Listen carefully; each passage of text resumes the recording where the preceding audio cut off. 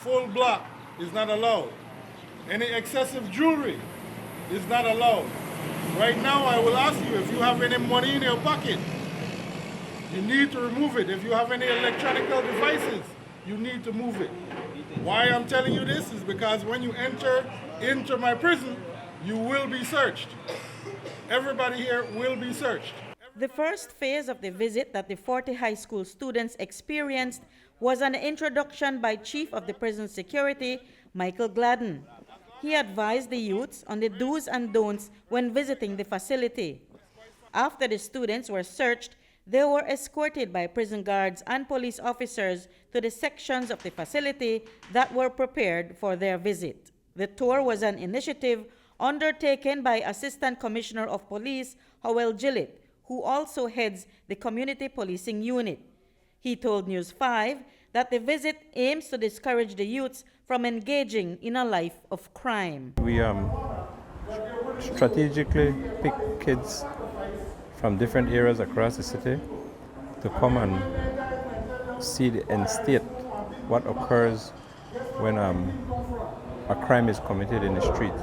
And we do so because we are fully aware that some of the behaviors, the actions that brought these inmates here, there are corresponding behaviors within the communities that these children come from.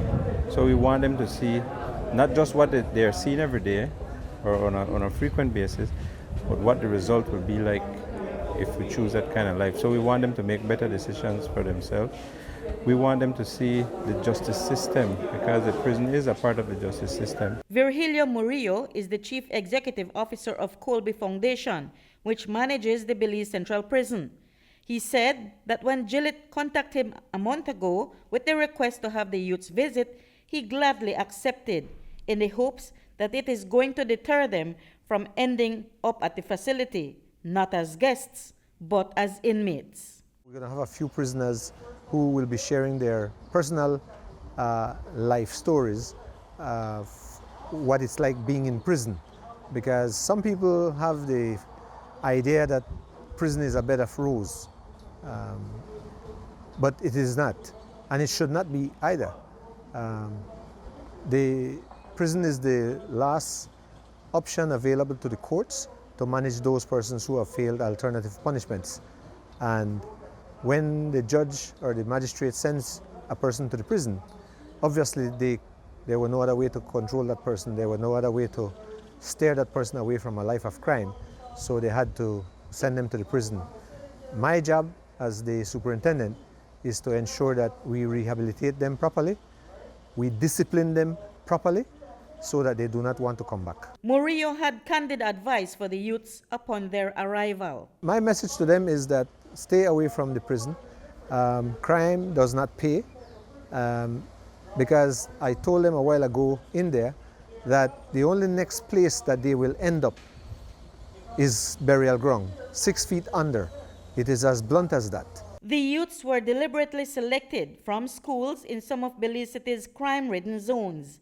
ACP Gillett says he believes that the reality does not mean that the youths who come from these areas will be criminals. We at the Community Policing Unit, we know some of the issues that are affecting our communities that we serve.